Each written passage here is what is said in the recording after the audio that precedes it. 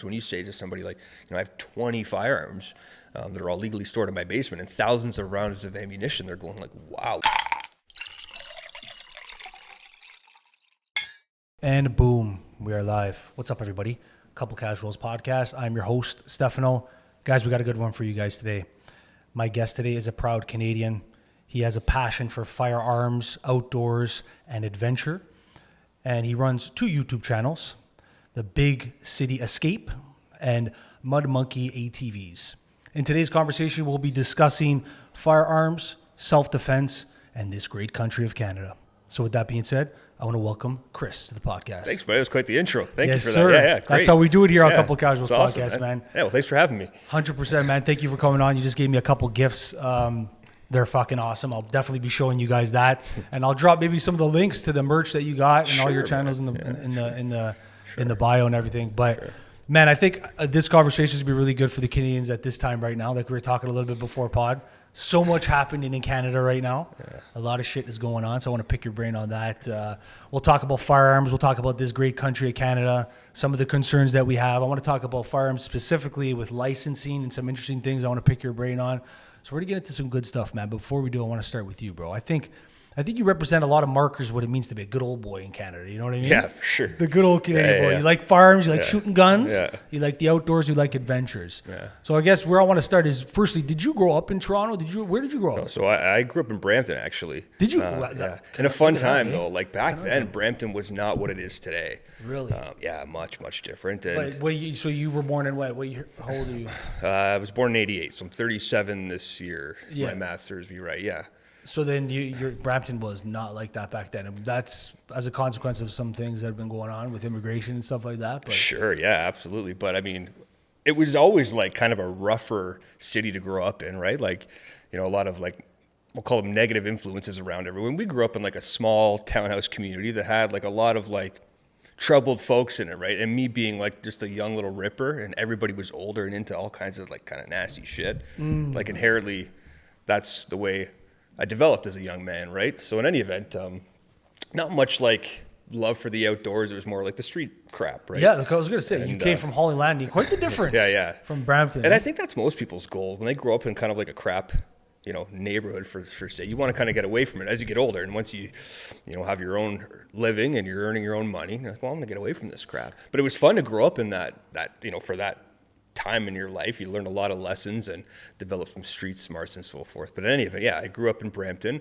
and then really, I think I was 17. I wanted to pursue a culinary career. Okay. So I actually had moved by myself at 17 years old, maybe even 16, and my parents helped sign a lease for an apartment in Cambridge, and I started in a culinary apprenticeship there, and just kind of like got away from Brampton and that crowd or whatever, right?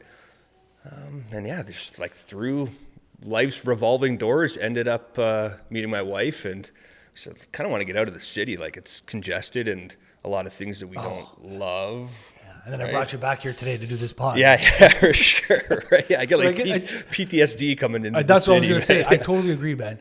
When I come to the city of Toronto for this, and then I'm out. Yeah. So I take it that's where the big city escape came from. Exactly that. Yeah. So we got our little slice, and we call it like the Tilley Ranch. So it's really only like an acre or a half acre of land in like a rural awesome, farming community. But like we love it there, and it's just a steady pace for a guy like me, right? So growing up in Brampton, I'm thinking like, where does the passion for firearms and outdoors come from? Then how did you develop that? So this is like probably not the right thing to say, but the truth of the matter is the passion for the firearms came from like the illegal side of firearms for me. In what way? Like without risk of incriminating myself, again, as like a young guy influenced by what's around you, like firearms back then in like the, late 90s going into the 2000s was like, again, and this circles back to like the whole firearm, how do I word this properly? So example, you're on the streets. Guns come in from the United States illegally more than anybody could ever imagine. And at that age and in that city, like you could get a firearm like immediately, like within a day. It was ridiculous. Like it was truly ridiculous. And I remember like working with some guys that were bringing some in at the time, and it was like, wow, it's that easy to do that? Like you just drive across the border, that's it?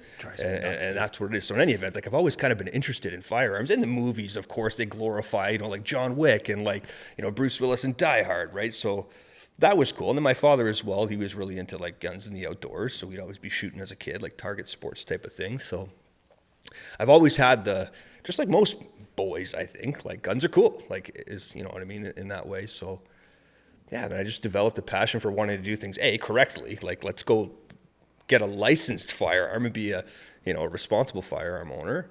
And, pick up some hunting and that sort of thing and go start exploring the outdoors, But, So is that when you decided, like, how did the passion turn into, let's start making some content? I like it this much that I want to put it to like YouTube now and see how, people resonate with this. That's a pretty good question. So we started our Mud Monkey ATVs, like our off-road YouTube channel a few years back. So I've kind of like naturally had this like interest in just filming things just for fun, right? And once I started kind of diving into firearms, I go, well, I have the cameras, like I have the mics, let's turn them on, let's click record and start talking about them. So essentially like going over various types of firearms. And then the political climate in Canada changed so drastically, going from, you're a legal licensed gun owner, you've done everything correctly and in that regard. And then just like that overnight, it's like, well, wait, now I'm at risk due to these prohibitions of now being, essentially a lawbreaker, right? Like a criminal. That the federal government kind of put these legal gun owners in. So in any event, we had all these topic points I felt like I wanted to talk about, and I figured that if I click record, I'm sure there's more people like me that feel the same way, and evidently they do, right? So, and you've seen quite the growth on really channels, quick. Like within 4 weeks of starting that channel went monetized. And Big City Escape? Yeah, that one, yeah. And it's been pretty well consistently growing ever since, and that essentially since like December of last year when they did that first prohibition of firearms here, and essentially, in my opinion and the opinion of others, like attacked legal gun owners and the sport shooters and hunters, right? That's exactly what it did with Bill C-21, which we're going to get into good detail with. But staying on the content creation, what was your goal starting YouTube? Was it like, I just want to have fun, or do I want to fucking turn this into a gig? It was never to turn it into a gig. Like, so when we started the off-road channel, it was just our way of being able to go back and watch and kind of like relive those adventures, and then uploading them on YouTube. Like they're there forever, right? So our thought process was, when we're 50, 60-year-old men, we can go back and watch us ripping through the mud, right? Like, so that's where it started. And, and then I guess anything that you're interested in, you have passion in, and you put it on the internet, and somebody else likes it, next thing you know, it grows, and you can start generating some revenue. Like, I mean, it's not life-changing revenue by any means, but is it hard? It helps. What is it you think about YouTube? What's your approach to it? Is there a specific approach that you have? I think like just staying on par of what it is you're doing. Like, I feel like a lot of people, at least that I know, that try to start YouTube channels, are kind of dancing all over the place in regards to what content, rather than just like picking your passion. Because if you don't have passion, why are you even doing it, right? Yeah, that's fair. And then just keeping that focus, man. If you're into, classic cars, your channel needs to only be about classic cars, right? And that's how the algorithm kind of spreads out and targets that exact audience, right? And I agree so much, man. And we spoke a little bit before about thumbnails and the importance of thumbnails and stuff and trying to figure out the algorithms. But I think that's what makes it hard for podcasts specifically, because you're talking to different people about different things. So to your point, it's not exactly about classic cars every single time. It's so different. Yeah. So, and it's long form conversation. So it becomes a bit of a challenge. That's why I wanted to pick your brain a bit. Because you've turned it around in quite some time. 4 weeks of monetization is still pretty impressive, man. Like, that's good, right? I think partly luck too, right? Like, you make, again, a lot of it has to do with timing and topic, right? So for me, the one video that like put me over that top was exactly that gun ban in December. Like, people like myself were outraged by that, because again, you went from being a law-abiding, responsible legal gun owner to like the flip of a switch.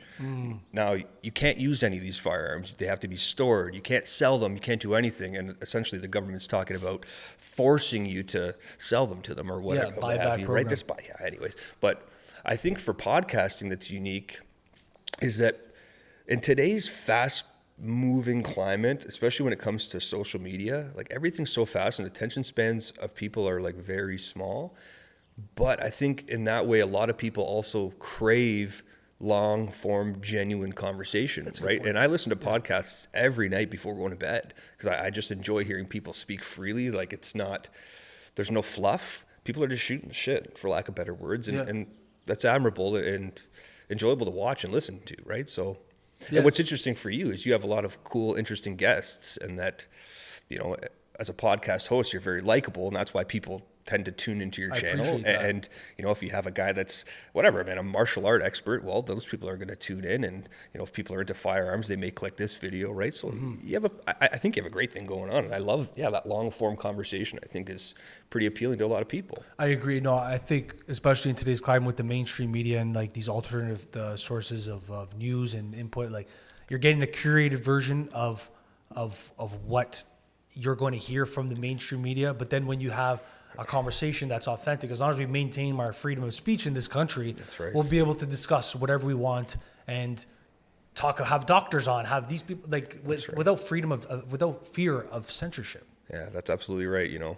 And I've seen a big change in even that. Like, I mean, if you think back to like even pre-COVID times, like people were fearful to speak out against things. There's, different agendas. And I can tell you a quick story here in a sec, what happened to me last week. But, people kind of pushing their ideologies on things that like the majority of people don't agree with, but yet they're like scared to, especially in like a professional setting, to go against it, right? Like when it comes to gender pronouns and all this type of stuff. You know what the problem is, Chris? Is there's licensing bodies, like for doctors and therapists and people that is government run, that they'll come in and like take your job. Yeah. And that's what the country became, to your point. And that's scary, COVID, right? And especially even think about like educators, for example, like these teachers who like are navigating just the toughest waters to be an educator these days, because again, they could accidentally,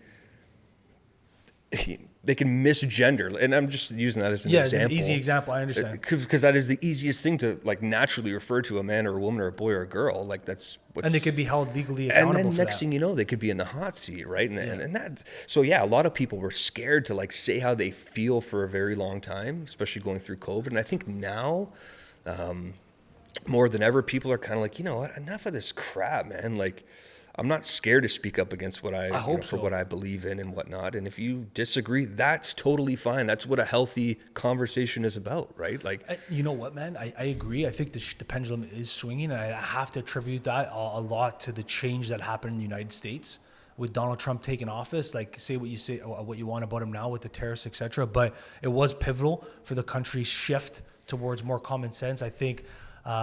Even what happened with Elon buying Twitter, that was a big thing. Yep. There were some pivotal moments that began that shift because, you mentioned an interesting thing, teachers, 6-1 liberal teachers to conservatives in the United States, statistics of that. That's insane. The social media programs were all, during that time before COVID especially, all run by the left-leaning individuals who had a real stronghold on everyone's voice in this country and the world. Which is terrifying. Right? You never want that. So by Elon buying Twitter was such a pivotal shift, man. Yeah, absolutely, right?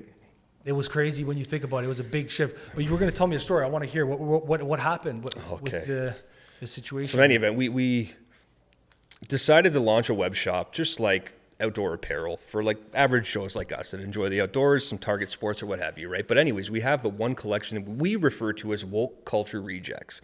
And I understand to some people that could mean one thing, and another group maybe something different, because generally speaking, if you think about the term woke culture, I think it initially stemmed from like the whole Black Lives Movement and so forth. But anyway, even deeper, I think too. But that was partly some of it. But yeah, it was even deeper from before that with the woke ideology started quite a while ago. But yeah, that was partly. That's kind of where it got popularized, and then it kind of took a life of its own. And so again, this is all my opinion. I'm not saying I'm right. Of course, I'm just an average guy. I feel the way I feel. But to us, what that whole slogan and brand kind of meant was like exactly that, like against feeling like I can't speak up without fear of like, persecution, for lack of better words, for example. And this is what happened to me. Alex, this will probably tell a lot more of the story. So we launched this web shop, and we kind of had like an about us sort of blurb, right? So that was posted on like our Facebook group, and I guess somebody that like a mutual friend of somebody who had liked it, decided that it was just not okay for her. So in any event, she commented on this post saying like, nobody support this hateful brand, like without even knowing a thing about us, right? Like, don't support this hateful brand and da-da-da-da-da. And so anyways, I didn't want to engage with her, but I figured, well, this could be an opportunity in ways to like, this is exactly what we don't support. So it's kind of like free marketing. So I'm like, all right, let's have a conversation. So I said, we don't have a hateful bone in our body. This is just like the way you're attacking me is exactly what we stand against, you know, and it's kind of where the brand came from. So in any event, she immediately said, I'm as a non-binary whatever, right? And I'm like, what the heck does this even mean? I'd like Google it. What is non-binary? And I'm like, oh, okay, it's that whole thing, right? Like, and she was like outraged that we didn't offer like a pride collection of clothing. And I'm like, well, what the I don't know if you can swear on this, but anyways, of course, I'm like, what the fuck, right? Like how outlandish is it just to like suggest that a company needs to like cater to you? Like, and if they don't, and this was partly to the thing, if you don't refer to, you know, this non-binary individual as, like, to me, she's a woman. So if I call her a woman now, like I'm like a hateful person, you know what I mean? So that whole like thing is kind of what started it for us, right? So it just like, took you back, eh? It just took me back to why we even do this. Like, and I'm not fearful of like, if you don't buy our stuff because that's the way we feel, that's fine, man. That's your choice, because not everything's for everybody, right? Like, and that's okay. Like that's a healthy society, right? So, but to feel like fearful. And then, because a lot of people, what would have happened, let's say 4 or 5 years ago, they would have been like ostracized for this, and would have been exploded. Like, oh, this company is like hateful towards pride. And you're like, for how? Because I don't make it? Like, it's not the free market. The beauty about the free market is you can enter it and do as you wish. That's right. So to be able to see something like that is pretty common in Canada. Is unfortunately somebody trying to interject their personal opinion, values, interpretations, worldviews, and try to enter that and then subject you to that same expectation. How unfortunate is that? And then to target your character as a consequence of that is just even more appalling to me. And we've seen it like throughout COVID. We've seen it now too a little bit. I think it's swinging a bit, but it's still of concern, and it's unfortunate. Would you agree? Yeah. Oh, absolutely, man. But luckily for us, we had quite a bit of people that were like immediately to our defense. Like, these are great guys. Like, loving people who accept and love everybody. But again, just because we have gay friends and we adore them, but just because, like, to suggest that, you know, again, because we're not selling that type of apparel, like that we're like a hateful brand is like just insane to me. So, you know what it's like, Chris? It's like when somebody releases a comedy special and then a certain part of the populace doesn't like it, so they want to cancel it and remove it. Why don't you just not watch it? That's right. Or don't buy your apparel if they don't like it, you know? And like, to that point, like, you know, comedy is like an art form and it's expressive, and not every piece of art appeals to everybody, but that's the whole point of having like a mixed society, right? And to suggest like we should cancel this guy because this small group doesn't like it is like, but what about the millions of people that have tuned in that enjoy this? Like, just don't click it. It's fine. Just keep scrolling. Yeah. You would think it's that easy, but it's not. I think there's a little bit of malevolence behind there. People want to make a statement. They want to be the one to close your brand. They want to be the one to cancel your show. I call it like recreational outrage. And I genuinely believe that a lot of these people aren't genuinely, like, I don't believe this person was genuinely angry. I don't believe that. I feel like it's just it's an opportunity. She probably seen it, not whatever. I don't know what you call them, they, them, whatever. We're going to call her she. Probably felt that this is an opportunity for me to just spew my shit onto these nice guys, right? So I don't feel that it's genuine, because how could that truly, truly anger you, right? You know? And how about the rest of the Canadians? How have they been receiving like the brand, the content? Do you talk with Canadians that support your channel? Of course, like? And again, I think we have our market of like-minded people, right? It's not for everybody, you know, and I can use my sister as an example. You know, she's an RCMP officer. She lives in BC. She's very much liberal and in ways a feminist, and you know, she doesn't love it. She suggested that like I change the message, and I'm like, well, no, right? Like, again, to my point. How does that work around the dinner table when you guys meet up for holidays?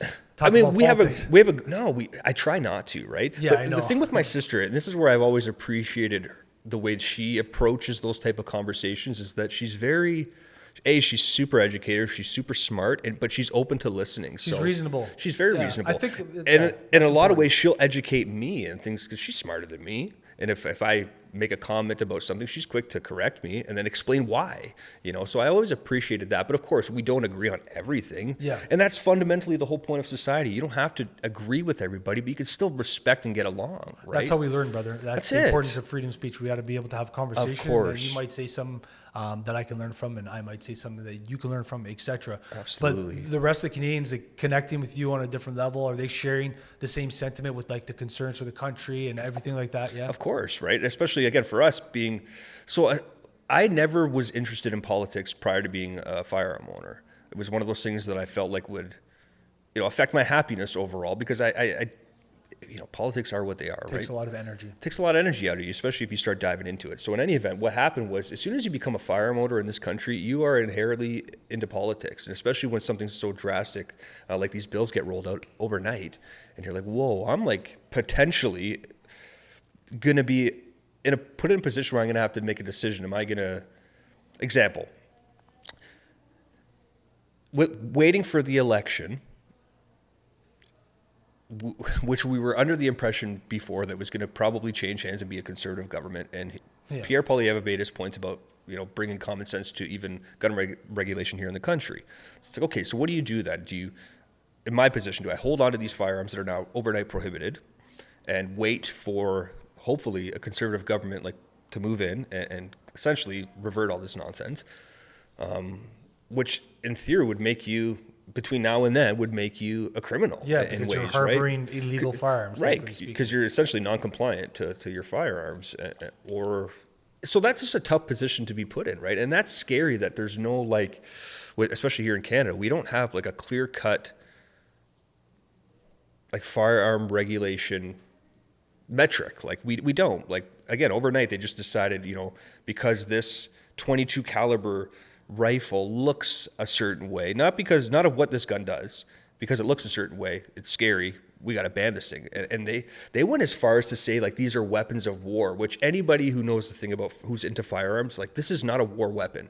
These are 22 caliber long rifles. They're essentially for new shooters and plinkers. So somebody that wants to go out and have fun doing target sports. They just look cool, in my opinion, right? Which is pretty concerning to think that you could prohibit something based on the way it looks. And that again goes against this woke culture thing, because that could be said about anything. Exactly. Anything. I don't like the way this truck looks now. It looks scary. It's got big tires. It's too much. They'll have an excuse for it in general. But even before we even dive deep into the legislation side of it, Canadians in general have an interesting relationship with firearms. I feel like there's a certain part of the population that shares the same opinion of us. They understand the sentiment and the importance of gun ownership and having that sovereign right to be able to own a firearm, protect your family and homes, or go hunting, target shooting, whatever it is. And there's another portion of Canadian society that are just scared. Yeah. They're scared of a gust of wind, to be honest with you, but they're scared of firearms so much so that they want to take your guns away as a law-abiding Canadian citizen. So how do we reframe this relationship that we have with firearms in this country? Do we change the sentiment around? Do we change the conversation? What do we do to change this relationship that we have with firearms in Canada? I think a lot of it, of course, has to do with media. So if you think about historically, everything you see, there's nothing positive in the news. So anything that is controversial or extremely devastating, that's what gets views, and that's what sells in today's media. So positive pictures of firearms have never been painted, on the news. It's just never happened. So for me, what I like to do is people that are either on the fence or just have no experience with firearms, I like to be able to get them out. Come see what it's really all about. Come experience it for yourself, and then make more of an informed, develop your own informed opinion about it and what we do, right? Because I think a lot of uneducated people who are scared of firearms just look at them as these are weapons. These are immediately associated with mass shootings, which is absolutely not the case. That's a big one, isn't it? Yeah, of course it is. And that's where a lot of these people's brains go. Guns are designed to hurt people. And in a lot of ways, yes, you could be right. But guns are made for a lot of different things. Again, for target sports, which is extremely enjoyable, and it's a discipline in itself. A lot of people are into martial arts. Well, why would you take martial arts? It's effectively to be able to hurt somebody, regardless of it being self-defense or not. Effectively, that is what it is, right? And it's respected, martial arts. And firearm target sport shooting is exactly that. It's a discipline, right? And it's very enjoyable. The importance is the responsibility. People don't realize the care, love, and focus and responsibility that gun owners take into their experience with firearms. Of course. And statistically, legal firearm owners are among the least likely in this society to create or to commit a crime, like in general, anything, even like traffic offenses, because, we worked hard to go through the ringer, because it's not easy to get your firearm license. You have to do a course, and there's a huge waiting period, and of course, background checks and so forth, but so you put in the time. Let's talk about that. What is the licensing requirements? I guess first part of the question, when did you first get a firearm? If you want to share how many firearms you have, and then also, what is the licensing like for a Canadian that maybe doesn't know? Okay, so your average... Okay, this is funny. When I initially went for my course, he said... Years ago? About a year ago. Okay, yeah, cool. About a year ago. So not that long ago. No, not yeah. that long ago at all. So about a year ago, the instructor had said in the class, he says, your first month after being, having your license, somebody's going to ask you, how many firearms do you own? And you're going to say one. That's what I asked. Right? They're going to ask you how many. You're going to say one. And they're going to ask you in like 6 months, and you're going to say like one or two. I got a couple. Then they're going to ask you in like 2 years, and you're going to say, I got a few. Right? And that's the truth. Because just like anything else that you're passionate about, like, and I see how it could sound crazy to somebody that, like, again, is not educated and have their particular views on firearms. When you say to somebody like, I have 20 firearms that are all legally stored in my basement and thousands of rounds of ammunition, they're going like, wow, what are you preparing for, war? And you're like, no, this is exactly what we're not, like, this is exactly that mentality and ideology that we get from a lot of people, because it sounds outlandish to them, and you go, no, because we could easily go through 1,000 rounds on a target shooting morning, right? So, and different firearms for different things, right? So we have certain things for target sports. We have things for hunting.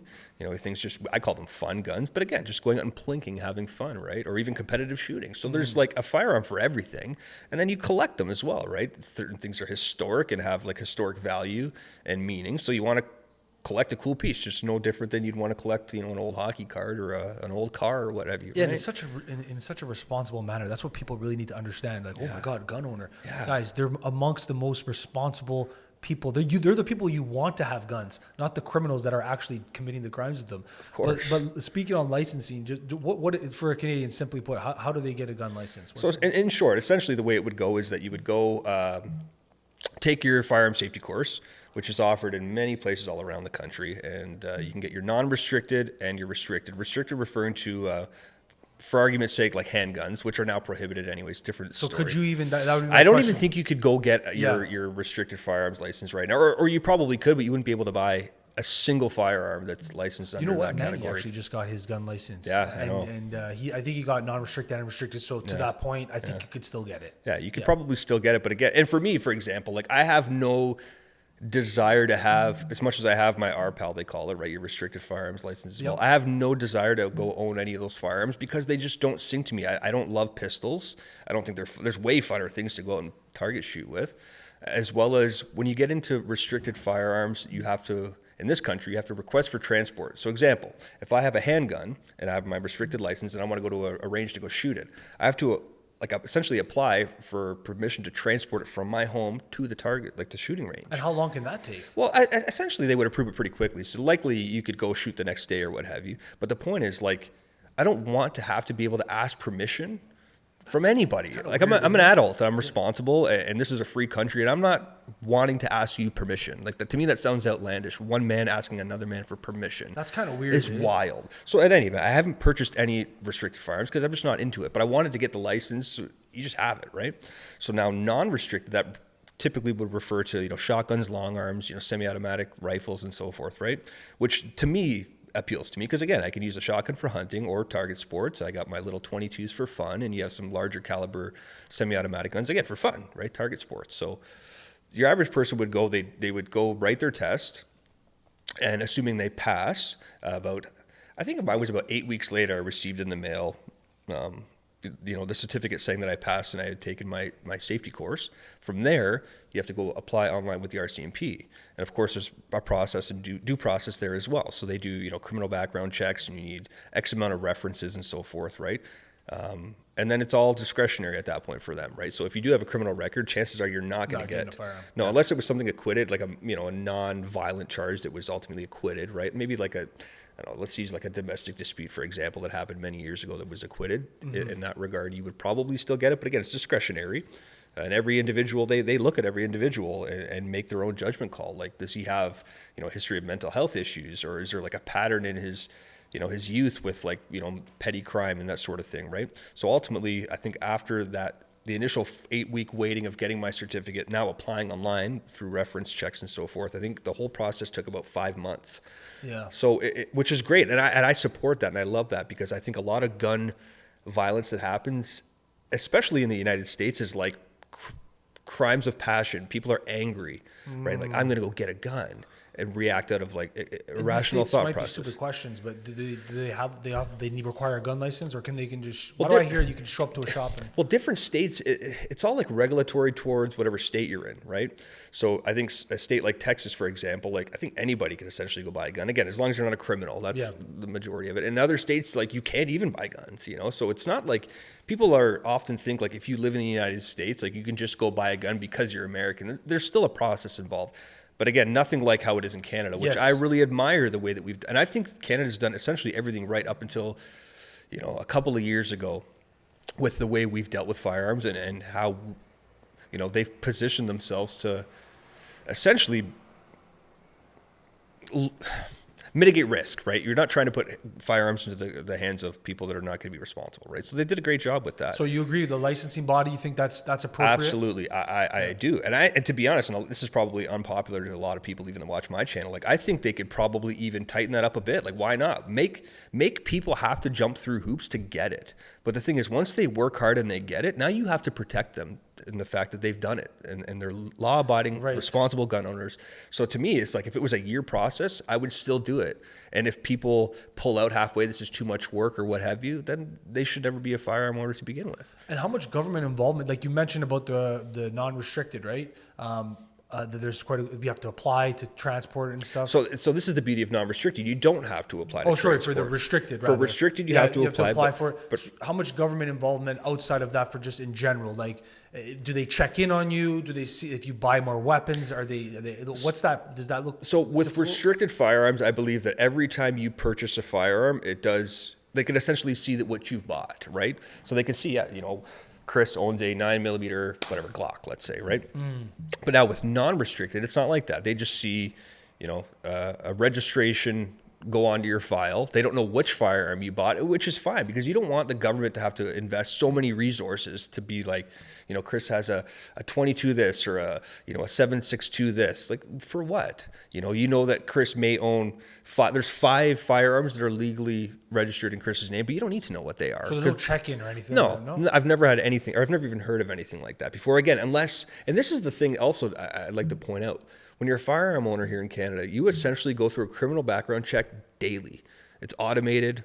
Really? Daily. So that way, let's say you and I get into a fight and I get charged for assault, the very next day, that's going to be flagged. And there's a very good chance that the police officers I'll probably get an email saying like to, turn in your firearms for now. And again, not that you have to give them forever, but for now you can't own a firearm. Wow, I didn't know that. Yeah, so a lot of people don't realize that. And this is again to my point as to why legal gun owners typically are like the least likely to commit crimes. You get grounded by the government. You get grounded, right? That's literally what it is. But and again, in a lot of ways, I'm okay with that, right? Because people can change. Like you could be a very rational, great human being one day and something could happen in your life that changes that. And if you're a gun owner, I like to think that that's okay that they do that, right? If you are charged for, attempted murder, well, shit, you shouldn't have your firearms license anymore, right? Yeah. And it's nice that they do that, right? It's interesting. So it seems like you agree with, which I sort of resonate with, you agree with the licensing body and stuff, but then after when you do that hard work, the bills that happen after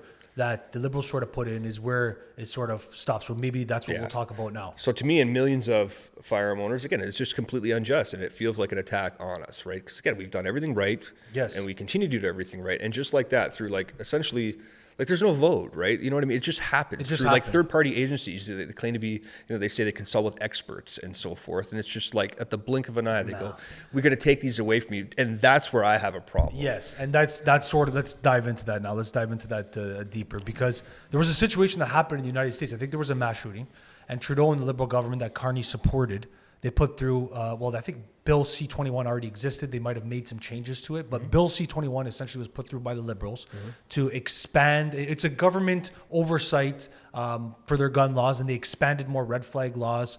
They required mandatory buyback for certain guns. They prohibited more guns, and then like you said, they made it illegal to own or buy handguns.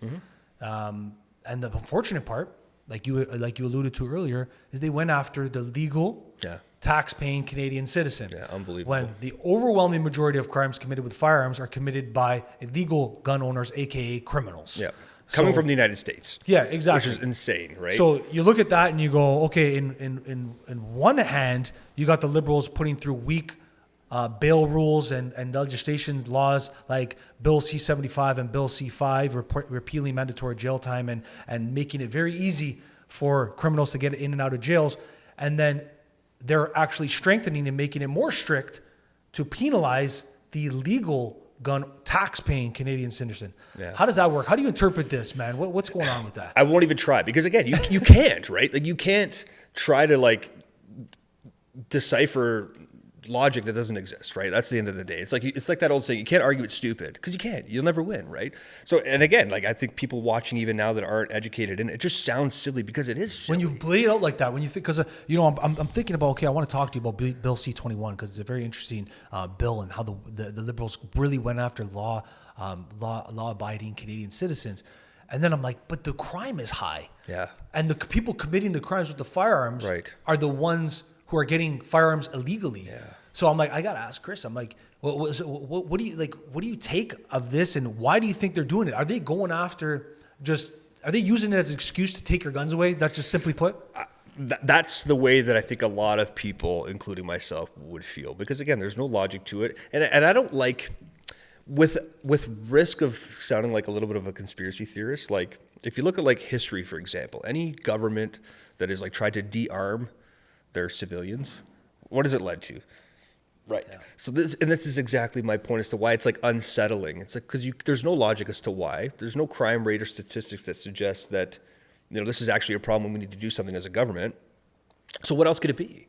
Right. And initially, which was crazy in December, they talked about giving these, donating these firearms that they would essentially be stealing from us. Because that's what it is. It's not a buyback program. You can't buy something that was never yours. Right? This is, you have to hand it in. Yeah. If you have a handgun, hand it in. So essentially what they've done is they started with like the stores, the distributors and so forth, right? They've banned manufacturers from importing these firearms into Canada, and the few Canadian manufacturers that we have said you can no longer make these. So overnight, again, just like what happened in COVID, like you decimated the restaurant industry. And just like that, now people don't realize this is a big industry, because hunters, target sports shooters, you have tons of manufacturers, you have distributors, and all the retail shops, which is crazy, because just overnight, like and the ranges, right? Because who wants to go to a range and shoot a boring, like your grandfather's hunting rifle? You don't. You want to go shoot something cool, right? So they've effectively decimated an industry right now that luckily is resilient. It has extremely resilient people. And again, everybody's just kind of waiting and praying that a conservative government takes seats and changes that, right? But again, they've just effectively made law-abiding citizens criminals, and you've decimated another market, which is insane. Again, these are your people and good people, right? Not these criminals that bring these firearms across the U.S. border. So yeah, effectively, I think since COVID, people lost a lot of faith in the Liberal Party. Because you know what, historically, and I'm not like embarrassed to admit this, like 8 or 9 years ago, I voted for Liberals. Like, because at the time, it sounded like, again, man, they're great at the pony show. And at the time, for me, being a young male, you know, and at the time I smoked, pot, let's say, for example. Well, they're going to legalize this. Well, that's great. And that's where they got a ton of votes, in my opinion, man, with our generation, right? Because we're like, cool, freedom, like, give us choice, right? And not, penalize us for it. So anyways, like that long ago, I voted for Liberal, and the way I feel today is just insanely different. A lot of people agree with you, man. A lot of people agree with you, trust me. But what the crazy part is, there's people and to me, it's like ludicrous that some people can still like have be in support of the Liberal Party right now. Like, and what they've done in the past 9 years. Like I'm not saying that, you know, they should lose all their seats and they should be out for good, but I think we need like at least a couple of terms just to like balance the world, in my opinion. And again, I'm not a political science major. I'm kind of stupid, but I have my opinion as an average citizen, right? Yeah. And that's the way I feel. I think with balance is important. So if you're swinging far left, well, let's swing far right for a bit. And that's vice where it is versa, right now. And find that balance, right? Yeah, it's they've become what they represented 9 years ago is not what they represent now. Absolutely, and you know, a lot has changed. They've made some changes like with the gun laws, but I'm curious. I don't know if I've ever asked anybody this, but the gun laws in Canada, were they ever lenient at one point? Did they change? Do you know? Like, did we ever have the right to bear arms ever? So this is another thing that bothers me about the Canadian government is that they refer to nothing's a right here, right? We have a Charter of Rights, sure, but nothing is a right. They say everything is a privilege. Driving is a privilege. Owning a firearm is a privilege, which I have my views on that. Of course, it's not. I think you should be a law-abiding person, and in that way, you have the right to do this. If you're law-abiding, you have the right to do this, not you have the privilege. So I hate the way that we word things here in Canada in regards to our rights of charter. Sorry, but I wouldn't say that they were once more lenient. I think that there was just not as much as. Again, this is like before the day of the internet, right? So there's not as much focus on topics and not much discussion around them, right? So you don't have things in the media suggesting like these mass shootings and shit, which again, don't really happen in Canada. And to this last prohibition that just had happened with the Liberal Party, like their main leg to stand on was like talking about extremely rare historical events that had happened in Canada. There's like 4 of them, right? Which is insane, there was right? one out, it was out west, wasn't it? Well, we had one out in on the East Coast. We've had one effectively on the West Coast. There was one in Quebec, like in the Polytech incident that happened. But it's like, guys, come on, man. We're talking about 3 or 4 individuals over like 60 years. Like this is amazing. Like I would gamble on those odds all day long. Those are amazing statistics. They use right? catastrophes to try to capitalize and then take away the rights when right. really the people committing the crimes are criminals. So in short, this is my like final stance opinion on why I think the Liberal Party decided to do this. Is it's a political wedge move because again, there is a huge portion of the populace that is, again, in ways fearful of firearms because they're uneducated about them. And they just see it as, well, less firearms in the public means safer, which is not true. It can be actually the complete opposite of that. 100%, because criminals will always have a gun. We will just not. That's right. That's what I want to talk about with you next is self-defense. Rise in crime around this country. City of Toronto, 19 to 20% increase in violent crimes in the year 2023 to 2024. Just there. Yeah. In a general standpoint. The crime is up. You touched on your YouTube channel about some self-defense approaches to protecting your homes, your families. Home invasions are happening, break-in enters. It's just happening across the board. Yeah. As a gun owner, and then maybe even just as somebody who doesn't own a gun, how can we protect our homes? What are some things that you would think would be important for people to employ to be able to stay safe with this rising crime? Sorry. So this is where I have, in ways probably an unpopular opinion, at least amongst that particular crowd, is that like I feel... Again, I want to wake up every day and I want to be a law-abiding, contributing citizen of the country. But now when you're talking about my safety, that's where I draw a line with a lot of things. And here in Canada, the self-defense laws are completely twisted and backwards. And as much as they say, like, you do have the right to, meet with proportionate force, for example, reasonable and proportionate force. But again, all these things are worded in such a way that like you will never be able to effectively confine to these things, right? This is a winding road that you'll never stay straight on. So again, if somebody breaks into your home, let's say, in the middle of the night, and you're woken up and you're of course disoriented and terrified because somebody's in your home, and you pull out your firearms. To give you an example of a legal gun owner, they pull out their firearm and effectively shoot this person out of self-defense, and then it turns out that's an unarmed 16-year-old boy. Well, guess what? Like, chances are you're going to get prosecuted. But then again, how am I supposed to make this decision in that moment? What is reasonable and proportionate? That's why I believe we need black and white laws when it comes to self-defense, especially pertaining to home invasions here in Canada, because it is terrifying. More. To me, that's always been like, and my wife as well, that's like our biggest fear. I don't have many fears on this planet, but it's one where I'm in bed and now all of a sudden I'm met with a challenge like that to me is terrifying, and more so what's even scarier is knowing that I don't have like a black and white law that's going to protect me for taking action in that regard. Because, at the end of the day, you're always your own first responder. That's the truth. And a lot of liberals have this view that like, just put all the faith into the government. Well, that's just not smart to ever do with anything in life. You never put all your eggs in one basket. Or they look at it like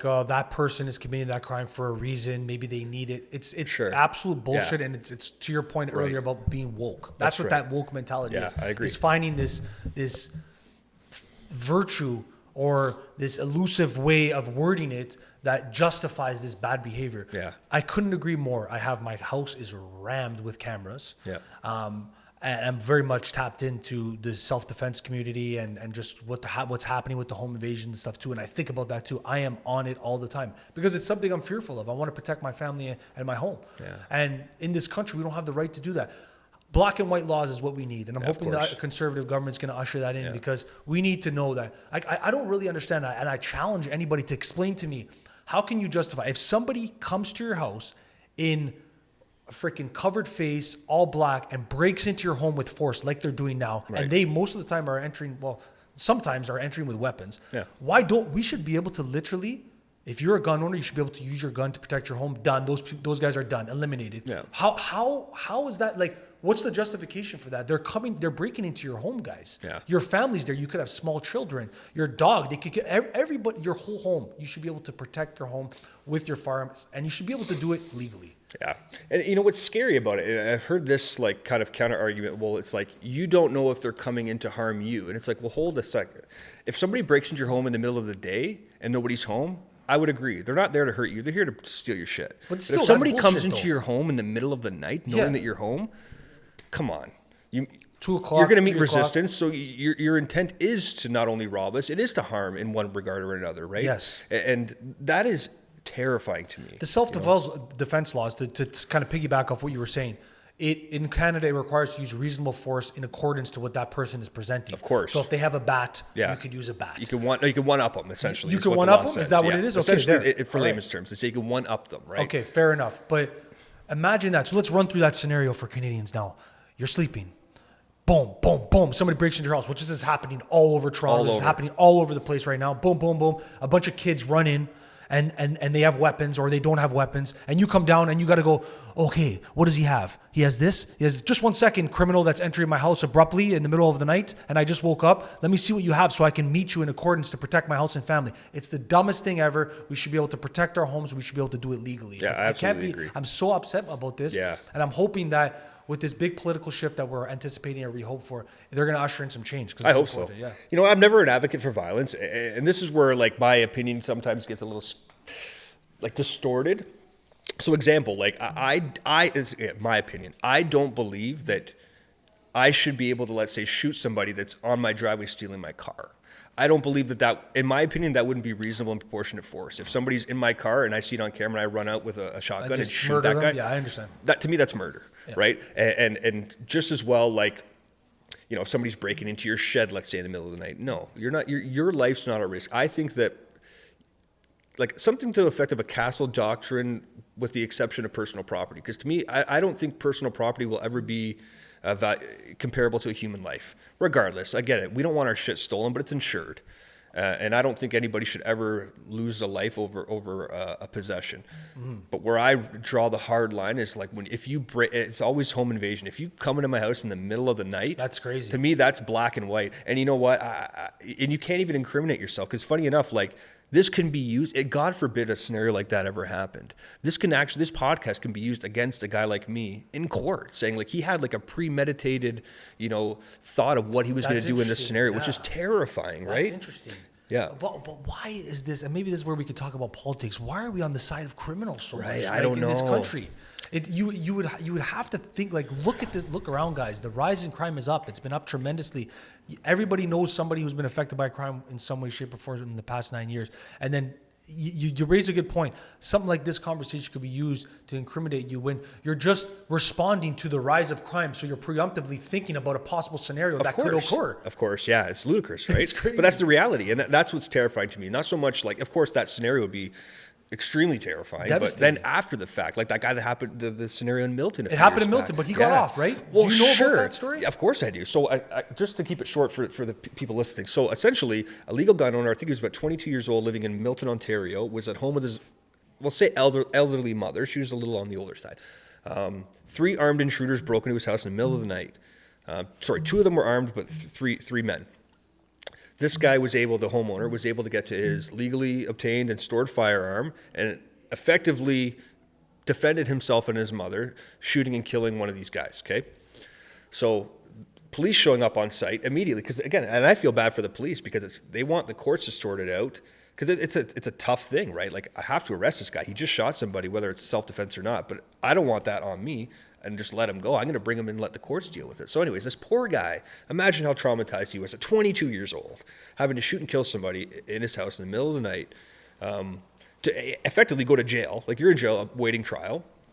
And of course the court wants to do its process, but ultimately he was acquitted. Yes, sure. But how? Do you know how? Like, what was I guess ultimately the jury of their peers decided, of course it was self-defense. But here's the kicker that nobody talks about this. That guy had to remortgage his home. He was $200,000 in debt in legal fees that was never obviously given back to him, right?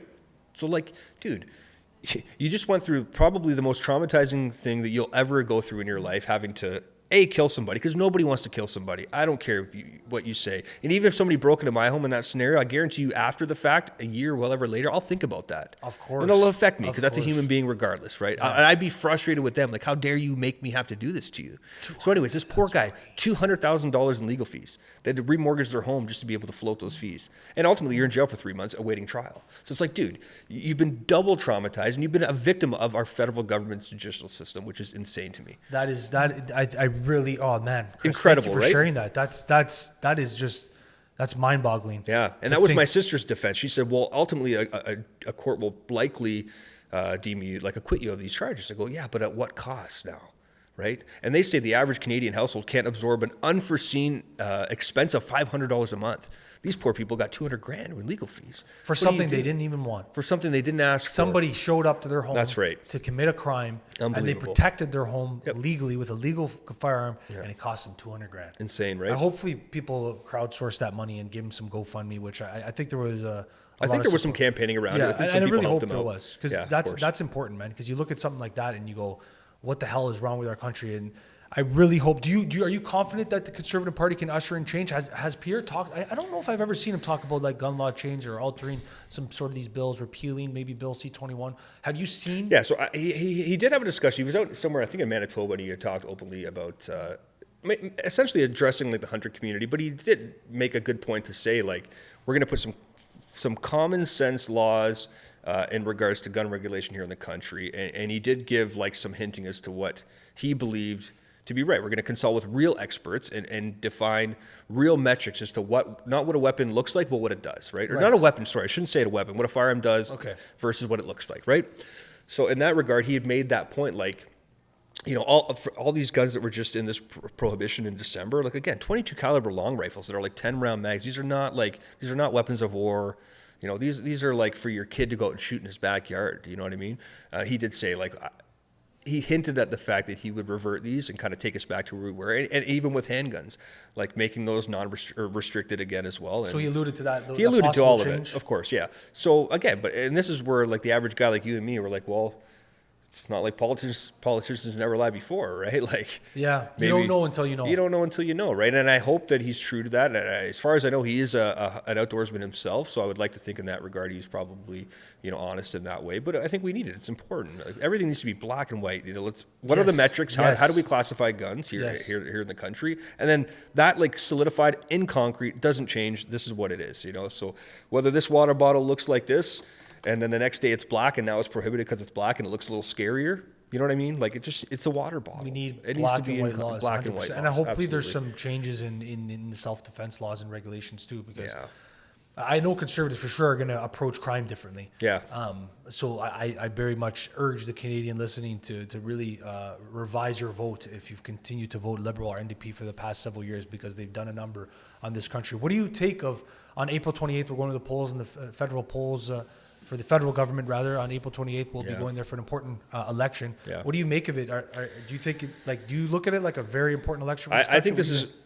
this is, in my opinion, again, for my generation, yours as well, this is the most important election in Canadian history, in my opinion, right? At least for our generations, and it is, effectively, right? Again, you've seen what happened in this country in the last 9 years, and we need change. And I think what's going to happen is we're going to see record numbers of historical non-voters, because again, not everybody votes. I think a lot of those people are going to show up to the polls. I could agree. So as much as if you look at like CBC, which is of course like government funded, which they want to fund more, by the way. But Carney said he wants to increase the funding to CBC even more. Of course he does, right? Yeah. Of course he does. If I was him, I would too, right? Like, which is insane. Like, think about what they do, right? Yeah. Like, it's criminal. It's very corrupt. They've demonstrated a lot of corrupt and very questionable ethics. And this is where now I'm like, 2 months ago, we're looking at like poll numbers, and you're like, Pierre's like way ahead. We're like, this is for sure. Like, this is a slam dunk. Thank God, right? And now you look at like, CBC has their poll projections and so forth. Now you're seeing like, liberals are now leading, and it's like, because ever since Carney kind of took. Take it with a grain of salt, man. Take it with a grain of salt, exactly that, right? So I'm really excited, and I really hope this is true, that historical non-voters, they get to the frickin' polls. And I think they are. And this is to the non-voters out there, guys. This election could be you guys, eh? You guys, the people that never voted before, didn't really care about politics, this could be the election that you really are the ones who make the change that we need in this country. Because if you look at the states, that they were a big part of the demographic that really helped Trump get the mandate, was the people that were apolitical. They didn't care about politics. Right. Yeah, but politics matters, as we've discussed in this conversation and many other conversations that we've had on this podcast. It really matters, and I care about this country.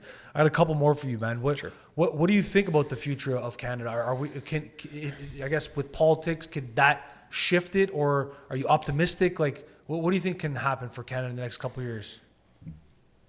I think that if you're not optimistic, if you don't have that optimistic bone in your body, I don't even see what's the point of waking up the next day. That's just the way I feel. So as much as I have like some darker feelings that kind of pop through my head from time to time, you have to be optimistic, right? And I love this country.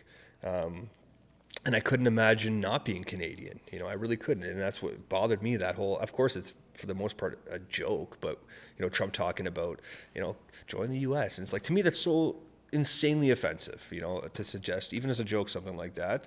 And the fact that, like, to see millions of Canadians, like, that are like, that's not a terrible idea. And I'm going, what the fuck? Like, you're not Canadian then, if you feel just that easily, And I think he could say that because of what kind of state we're currently in and how weak our administration has been. If we had a strong leader that was holding it down for Canada and was really campaigning for us and was really tough and employed the proper attributes that a leader should employ, he wouldn't say something like that. Yeah, of course not. And that's what's concerning to me, is like, you see how many people are like kind of on the fence about their own patriotism, right? Like a lot of people feel shitty, for lack of better words, right? We feel like we're bullied. We have no leader.